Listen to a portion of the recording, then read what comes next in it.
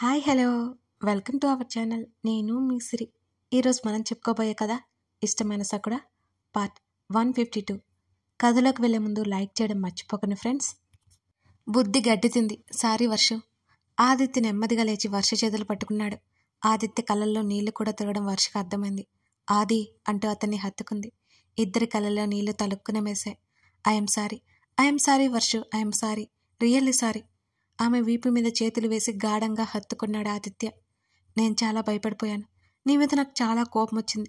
నిన్ను చంపేయాలనిపించింది. వర్ష వెక్కిళ్ళ మధ్య చెప్పింది. నాలాంటి వాడితో నువ్వు సంతోషంగా ఉండలేవు అనుకున్నాను. కానీ నీ సంతోషం నేనే అని అర్థమవుతుంటే నా అంత అదృష్టవంతుడు ఉండడు అనిపిస్తోంది అన్నాడతను ఉద్వేగంగా. పిచ్చిగా మాట్లాడు ఈడియట్. ఇక ఆ విషయాలు వదిలే. ఇప్పుడు నువ్వు నీ మీద కాన్సన్ట్రేషన్ పెట్టాలి.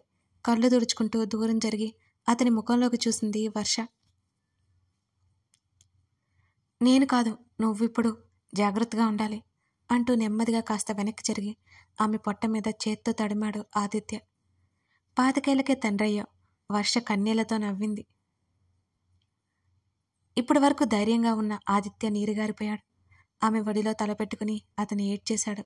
వర్ష అది ఊహించలేదు. ఆమె అతన్ని ఓదారుస్తూనే ఉంది. అతనికి నడవలేడని, ఇన్నాళ్ళు వర్షని ఇబ్బంది పెట్టాడని అతను అన్నీ చెప్తూ బాధపడుతుంటే వర్షకి ఏడుపు ఆగలేదు. అతన్ని పైకి మాత్రమే ధైర్యం నటించాడు. లోపల ఎంత బాధపడుతున్నాడో వర్షకి అర్థమైపోయింది. హర్ష కాఫీ ఇచ్చి పక్కనే కూర్చుంది యమున. ఏమైనా మాట్లాడాలా ఆంటీ? హర్ష అడిగాడు. ఏంటిది హర్ష? అది ఏదో వాగిందని మాటలు పట్టించుకుని దూరంగా ఉంటే ఎలా? మీ ఇద్దరు ఇలా ఉండడం ఏం బాలేదు.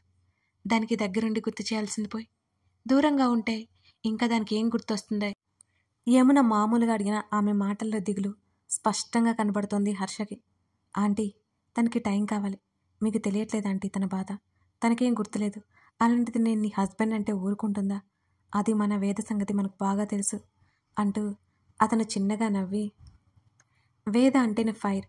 అలాంటిది తన నుంచి ఇలాంటి రియాక్షన్ మామూలే. తనకి గుర్తొచ్చే వరకు వెయిట్ చేయక తప్పదు. చూపులు తిప్పుకుంటూ చెప్పాడు హర్ష. ఇంకెంతకాలం ఇలా ఉంటావు హర్ష? నువ్వు దగ్గరుంటే దానికి త్వరగా గుర్తుకొస్తుంది అన్నది యమున. కానీ ఇప్పుడు తన కండిషన్ బాలేదంటే స్ట్రెస్ తీసుకుంటుంది. అందుకే తప్పట్లేదు. కంగారు పడకండి, సెట్ అవుతుంది. అంకుల్ ఎప్పుడొస్తారు అని అడిగాడు హర్ష. 2 రోజుల్లో వచ్చేస్తాను అన్నారు. వేదను తీసుకెళ్దాం అంటున్నారు అన్నది యమున. దానికి మాత్రం నేను ఒప్పుకోనంటీ, వెంటనే చెప్పేశాడు హర్ష. యమున చిన్నగా నవ్వి, మరి నీ భార్యతో నువ్వు ఉంటే మాకు ఈ బాధ తప్పుతుంది అన్నది. ఇంకొన్ని రోజులు ఆంటీ, తను స్ట్రాంగ్ అయితే నాకు ఇక ఏ దిగులు ఉండదు అని అన్నాడు హర్ష. నువ్వు దాంతో ఉంటూ మాట్లాడుతూ ఉండు హర్ష. యమున చెప్తుంటే తలాడించి అక్కడి నుంచి లేచి వెళ్ళిపోయాడు హర్ష. వీల్ చైర్లో ఆ వెనకే ఉన్న వేద ఆ మాటలన్నీ విన్నది. యమున వేదని గమనించలేదు. వీల్ చైర్ని మెల్లిగా తోసుకుంటూ ఆలోచించుకుంటూ వెళ్ళిపోయింది వేదవతి. తెల్లవారుజామున 5 గంటల సమయం. కాలింగ్ బెల్ మోగుతుంటే బద్ధకంగా లేచింది రేవతి. పక్కన భర్త గాఢ నిద్రలో ఉన్నాడు. ఈ టైంలో ఎవరో అనుకుంటూ హాల్లోకి వచ్చి తలుపు తెరిచింది. ఎదురుగా ఉన్న తన మేనల్లున్నే చూసి ఆమె సంభ్రమాశ్చర్యాలకి గురైపోయింది. గగన్, రేవతి ఆశ్చర్యంతో పిలుస్తుంటే అతను లోపలికొచ్చాడు. డిస్టర్బ్ చేశానా అని అడిగాడు. డిస్టర్బ్ చేయడం కాదు, ఇంత లేట్ ఏంటి అని రేవతి అడుగుతుంటే పనులున్నాయత్తా అంటూ వెళ్ళి పడుకో అని రేవతికి చెప్పి తను మెట్ల వైపుకి వెళ్ళిపోతుంటే కాఫీ ఇవ్వనా రేవతి అడుగుతుంటే వద్దన్నట్టు తలాడించి పైకెళ్ళిపోయాడు గగన్. అతను సరాసరి ధరణి గదిలోకి వెళ్ళిపోయాడు. బెడ్ లైట్ వెలుతురులో అటువైపుకు తిరిగి పడుకొని కనిపించింది ధరణి. చప్పుడు రాకుండా తలుపు వేసి ఆమె దగ్గరికి నడిచాడు గగన్. ఆమె గాఢ నిద్రలో ఉన్నట్టు ఆమె శ్వాస చప్పుడే చెప్తోంది అతనికి. నెమ్మదిగా ఆమె పక్కన కూర్చొని ఆమె చేతిని అందుకున్నాడు. అతని మరొక చెయ్యి ఆమె చెంప మీదకి చేరింది. ఆమె చెంపలు లోపలికి పీకిపోయాయి. ఆమె కనుబొమ్మలు ముడిపడి ఉన్నాయి. కొన్ని క్షణాలు ఆమెనే చూస్తుండిపోయాడు గగన్. అతని మృదువైన స్పర్శకి గాఢ సుషుప్తిలో ఉన్న ఆమె మేల్కొనలేకపోయింది. ఆమె మెడ వరకు ఉన్న దుప్పటి ఆమె శరీరాన్ని దాచేసింది. అతను పట్టుకున్న చేతికి నెమ్మదిగా వేడి తెలియడం ఎక్కువైపోయింది. అతని కనుబొమ్మలు ముడిపడ్డాయి.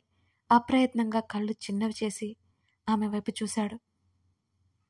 ఆమె దుప్పట్లాగి నెమ్మదిగా మెడ దగ్గర, నుదురు దగ్గర చెక్ చేశాడు. ఆమెకి జ్వరం వచ్చినట్టు అర్థమైపోయింది. అతను దుప్పటి లాగ్గానే చలికి ఇంకా ముడుచుకుపోయింది ధరణి. అతను ఏమాత్రం ఆలస్యం చేయకుండా రేవతికి ఫోన్ చేశాడు. గగన్, చెప్పు. ధరణికి ఫీవర్ వచ్చింది అత్త. టాబ్లెట్స్ ఉన్నాయా అని అడిగాడు అతను. నేను వస్తున్నాను. రేవతి కంగారు పడింది. అత్త లైట్గానే ఉంది, నువ్వు టెన్షన్ పడుకో, నేను చూసుకుంటాను గగన్ చెప్పాడు. టాబ్లెట్స్ ఎక్కడున్నాయో రేవతి చెప్పింది. ఫీవర్ చెక్ చేశాడు అతను. బాగానే ఉన్నట్టు అర్థమైంది. టాబ్లెట్ తీసుకొచ్చి ఆమెను లేపాడు. ఆమె కళ్ళు తెరవలేకపోతుంది. ధరణి నెమ్మదిగా కళ్ళెత్తి చూసింది. ఎదురుగా మస్కగా అతని రూపం కనబడుతోంది ఆమెకి. అతను ఏదో మాట్లాడుతున్నాడు. ధరణికి వినిపించడం లేదు. ఆమెకి టాబ్లెట్ వేశాడు. నీళ్ళు తాగించాడు. ఆమె కనులు మళ్ళీ మూసుకుపోయాయి. ఆమె నుదురు మీద, ఛాతీ మీద తడిబట్ట వేశాడు. ఆ చల్లదనానికి ధరణి మూలిగింది. అది తీసేయడానికి చూస్తుంటే అతను తీయనివ్వలేదు. ఏసీ అడ్జస్ట్ చేసి ఆమెను నెమ్మదిగా దగ్గరికి లాక్కుని హత్తుకున్నాడు. ఆమె ఎంతో నిస్సత్తుగా మరలా నిద్రలోకి జారిపోయింది. అతనికి అసలు నిద్ర పట్టలేదు. అతని చూపులు ఆమె మొహాన్ని తడుముతూనే ఉన్నాయి. తీరా ఉదయం ఎప్పుడో ఆలస్యంగా నిద్రలేచింది ధరణి. శరీరం అంతా ఓపిక లేనట్టు అనిపించింది. ఆమె కాస్త ఇబ్బందిగానే లేచింది. తన శరీరం మీద తడిబట్ట ఎందుకొచ్చిందో అర్థం కాలేదు. రేవతి గదిలోకి వస్తూ కనిపించింది. ధరణి ఎలా ఉంది? రేవతి అడుగుతుంటే ధరణి కళ్ళతోనే చుట్టూ వెతికింది. ధరణి, నిన్నే. రేవతి మరోసారి పిలిచింది. కూతురికి ఎదురుగా వచ్చి కూర్చుంది. నాకేమైంది? తల్లి ఎందుకు ఆ ప్రశ్న వేసిందో అర్థం కాక తిరిగి ప్రశ్నించింది ధరణి. రాత్రి ఫీవర్ వచ్చింది అంటూ కూతుర్ని చెక్ చేసి ఫీవర్ తగ్గిందని కన్ఫర్మ్ చేసుకుంది రేవతి. అది తనకే తెలియకపోవడంతో ధరణి ఒక్కింత ఆశ్చర్యపోయింది. చుట్టూ చూసి ఆమె ఒక్కసారిగా నిరుత్సాహపడిపోయింది. ఆమెకేవో అందమైన కలలు. ఆ కలల్లో అతనున్నాడు. తనతోనే ఉన్నాడు. తనని దగ్గరికి తీసుకున్నాడు. అపురూపంగా పట్టుకున్నాడు. అతని ఎదచప్పుడు తనకి వినిపించింది. అతను తన తల మీద ముద్దు పెట్టుకున్నాడు. తన చెంప మీద తడిమాడు. ఏవో సేవలు చేశాడు. ఉద్వేగంగా దగ్గరికి లాక్కున్నాడు. అబ్బా, ఈ కళ ఎంత బాగుంది! నిజమే, ఇదంతా కలే, నిజం కాదు, అస్సలు నిజం కాదు. ధరణి, ఏమైంది? డాక్టర్ని అంటూ వెళ్ళిపోతున్న తల్లి చేతిని పట్టుకుని ఆపింది ధరణి. వద్దు, ఇప్పుడు నాకు బాగానే ఉంది, ఫ్రెష్ అవుతాను అంటూ బెడ్ దిగింది ధరణి. నేను హెల్ప్ చేస్తా పదా. అమ్మా, నేను బాగానే ఉన్నాను. ఈలోపు నాకు ఏదైనా తీసుకురా, ఆకలిగా ఉంది అని ధరణి టవల్ తీసుకుని వెళ్ళిపోయింది. స్నానం చేయకు, రేవతి హెచ్చరించింది.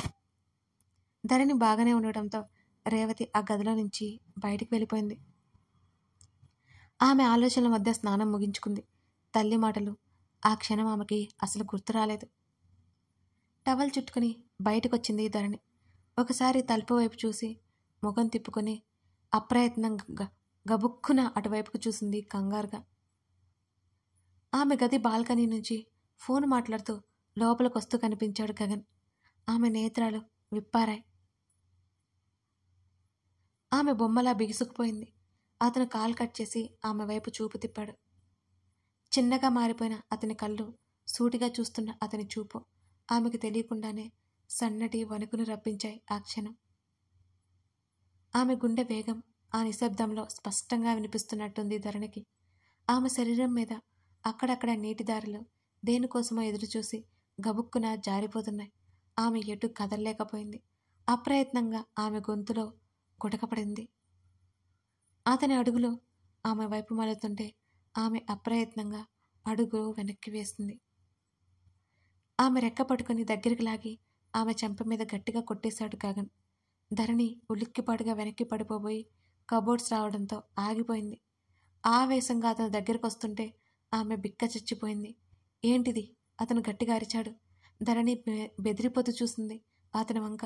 అతని చెంపదెబ్బకి ఆమె కళ్ళల్లో నీళ్లు గిర్రన తిరిగాయి. ఆమె 2 చేతులు పట్టుకుని, బ్రెయిన్ దొబ్బిందా నీకు? అతను అరుస్తున్నాడు గట్టిగా. ధరణి ఏం మాట్లాడలేదు. ఆమె 2 చేతుల మణికట్టు దగ్గర కట్ చేసుకున్న గాయాలు కనిపిస్తుంటాయి. అతనికి అసలు బ్రెయిన్ పనిచేయడం లేదా అవి చూస్తుంటే. అసహనంగా తల పట్టుకుని అటు ఇటు చూస్తూ ఏం చేయాలో అర్థం కానట్టు కాసేపు మిన్నుకుండిపోయాడు అతను కూడా. ఆమె వైపు చూసిన అతనికి నొప్పి తాలూకా కన్నీళ్లు పెట్టుకుంది, కానీ ఆమె ఏడవకుండా అలాగే చూస్తోంది. ధరణి అతను గట్టిగా అరుస్తూ ఆమె భుజాలు పట్టుకున్నాడు. ఆమె చేతుల మీద అక్కడక్కడ కట్ చేసుకున్న గాయాలు కనిపిస్తుంటే అతనికి మతి పోయినట్లే అనిపిస్తోంది. ధరణి అంటూ ఎదురుగా అతని కోపం ఆపుకుంటూ ఒక క్షణం కళ్ళు మూసి తెరిచి, ఏమైంది, ఎందుకు ఇలా చేస్తున్నావు? అతను నెమ్మదిగా ఆమె చెంప మీద చేయి వేసి అడిగాడు. ఆమె మాట్లాడలేదు. అతన్ని చూస్తూ చూస్తూ ఆమె కనులు మూసుకుపోయి అతని మీద వాలిపోయింది. అతనికి చెప్పలేనంత కంగారు పుట్టింది ఆ చర్య వల్ల. వెంటనే ఆమెను ఒడిసి పట్టుకున్నాడు. అతనికి ఎంత భయం వేసిందో. ఆమెను మంచం మీదకి చేర్చాడు. ఆమెకి మ్యాక్సీ తొడిగాడు. వెంటనే రేవతికి ఫోన్ చేసి టిఫిన్ తీసుకురమ్మని చెప్పాడు. మరో 10 నిమిషాల తర్వాత ఆమె ముఖం మీద నీళ్లు చల్లి మెలకువ తెప్పించాడు గగన్. రేవతి, గగన్ ఆమెకు ఎదురుగానే ఉన్నారు. అత్త, టిఫిన్ పెట్టు, గగన్ చెప్పాడు. రేవతి టిఫిన్ తినిపిస్తుంటే అలాగే వెనక్కి వాళ్ళు కూర్చుని మౌనంగా తిన్నది ధరణి.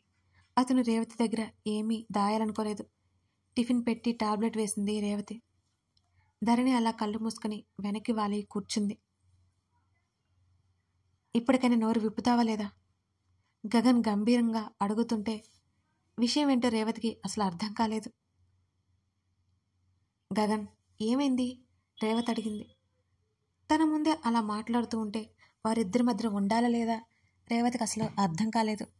వెంటనే ధరణి దగ్గరికి వచ్చి ఆమె డ్రెస్ చేతులు పైకి లాగి మణికట్టు దగ్గర చూపించాడు రేవతికి గగన్. అప్రయత్నంగా కళ్ళు వెడల్పు చేసి నోటి మీద చేతులు వేసుకుంది రేవతి. ఆమె ఎంత షాక్కి గురైందో అన్నట్టుగా కాసేపు మాట్లాడలేకపోయింది రేవతి. ధరణి, ఏంటే ఇది? రేవతి కళ్ళల్లో నీళ్లు వచ్చాయి. ధరణి మాట్లాడలేదు. నిన్నే అడుగుతున్నాను, ఏమైంది, ఎందుకు ఇలా చేసుకున్నావు? రేవతి కాస్త ఏడుపు గొంతుతో బ్రతిమాలుతున్నట్టుగా కూతురి చెంప తడిమింది. నేనేం చేయలేదు, ధరణి తల్లివైపు చూస్తూ చెప్పింది. రేవతి ఏదో మాట్లాడుతుంటే ఆమెను ఆగమన్నట్టు చేతి మీద తట్టాడు గగన్. నీకు తెలీదా? అతను అడుగుతుంటే సమాధానం చెప్పలేదు ధరణి. నోరు లేదా అని అడుగుతున్న అతని స్వరం తీక్షణంగా చిన్నగా వచ్చింది ఆ క్షణం. కూతురు చేసిన పనికి రేవతికి విపరీతమైన భయం కలుగుతోంది. ధరణి ఏం మాట్లాడలేదు. 2 ముఖాల్లో దగ్గరికి లాక్కుని ముడుచుకుని కూర్చుంది. అత్త, మేం బయలుదేరుతున్నాం, సర్దే. గగన్ చెప్తుంటే నేనెక్కడికి రాను అన్నది ధరణి. అత్త, నువ్వెళ్ళు. గగన్ మాట్లాడుతుంటేనే రేవతి దగ్గరికి వెళ్ళి, నేను ఎక్కడికి వెళ్ళనమ్మా, పంపకు అని ధరణి ఆమె భుజం దగ్గర ముఖం దాచుకుంది. రేవతికైతే మతిపోతున్నట్టే ఉంది. ఎందుకు వెళ్ళావు? రేవతి అడుగుతుంటే నేను వెళ్ళను, ఎందుకంటే అని ఏదో చెప్పబోతూ ధరణి ఆగిపోయింది ఒక్కసారిగా. చెప్పు ధరణి, ఎందుకు వెళ్ళావు? రేవతి మరోసారి అడిగింది. నేను వెళ్ళను ధరణి గట్టిగా చెప్తుంటే, అత్తా నువ్వెళ్ళు, నేను మాట్లాడతాను అని అన్నాడు గగన్. ధరణిని విడిపించుకొని రేవతి వెళ్ళిపోతుంటే నేనేం వినను అని గట్టిగా అరిచింది ధరణి. కూతురికి అల్లుడికి మధ్య ఏదో జరిగింది. ధరణి చెప్పట్లేదా? అది గగన్కి తెలుసా? ధరణి ప్రవర్తన గురించి భర్తతో చెప్పడానికి ఆమె వెళ్ళిపోయింది రేవతి. ఆమె దగ్గరికి వెళ్ళి ఆమె భుజాన్ని పట్టుకున్నాడు గగన్. ఆమె విడిపించుకోవడానికి చూసింది. ధరణి, ప్లీజ్, కుదురుగా చెప్పేది విను. అతను కోపాన్ని అణుచుకుంటూ చాలా మృదువుగా ఆమెకు నచ్చజెప్తున్నాడు. నేను నీతో రాను. అతని చేతులు విసిరికొట్టింది గట్టిగా. అది అతను ఏమాత్రం ఊహించలేదు ఆమె నుంచి. ఎందుకు అని అడిగాడు. ఎందుకంటే నువ్వు చీటర్వి, నువ్వు నన్ను చీట్ చేశావు. కోపంతో అరుస్తున్న ధరణి ఒక్క పెట్టున ఏడవసాగింది. అతను ఆమె వైపు హతాశుడై చూశాడు. ఆమె 2 చేతుల్లో ముఖం దాచుకుని ఏడుస్తుంటే ఆమె దగ్గరికి వెళ్ళి దగ్గరికి లాక్కున్నాడు గగన్. ఏం మాట్లాడుతున్నావు? నేను చీట్ చేయడం ఏంటి? అతడు ఆమెను సూటిగా చూస్తూ గమనిస్తూ అడిగాడు. మళ్ళీ అతను నుంచి విడిపించుకుని గబగబా ఆమె ఫోన్ తీసుకొచ్చింది. ఆమె మొబైల్లో కనబడుతున్న ఫోటోలు అతని ముందర పెట్టింది. అదేంటి అని అతను పట్టుకొని చూశాడు అప్రయత్నంగా. అందులో మేఘన తన ఫోటోలు, అత్యంత సన్నిహితంగా ఉన్న ఫోటోలు. అతను నవ్వుతున్నాడు. మేఘన అతని బుగ్గ మీద ముద్దు పెట్టుకుంటున్న ఫోటో అది. మరో ఫోటోలో మేఘన నడుము చుట్టూ చేతులు వేసినట్టుంది. ఇద్దరూ మరింత దగ్గరగా ఉన్నారు. మేఘన ముఖాన్ని చేతుల్లోకి తీసుకుని ఆమెను హత్తుకున్నట్టుగా ఉంది ఆ ఫోటో. మేఘన్ని దగ్గరికి తీసుకొని ఆమె తల మీద ముద్దు పట్టుకున్న ఫోటో, ఇంకొకటి, ఇలా చాలానే ఉన్నాయి. ఇవి చూసి చీట్ చేశా అంటున్నావా? అతను కళ్ళెత్తి ధరణి వంక చూశాడు. ఆమె ఏడుస్తోంది. ముఖం పక్కకు పెట్టుకుంది. అతను ఫోన్ తిరిగి ఇవ్వబోతుండగా ఏదో వీడియో అది ప్లే చేశాడు. కథ కొనసాగుతోంది. కథ నచ్చితే లైక్ చేసి కామెంట్ చేయండి. అలాగే గివ్ అవే కోసం డిస్క్రిప్షన్లో వీడియో ఉంటుంది. అలాగే మన ఛానల్లో కూడా ఉంటుంది. ఒకసారి ఆ వీడియో చెక్ చేయండి. Thank you.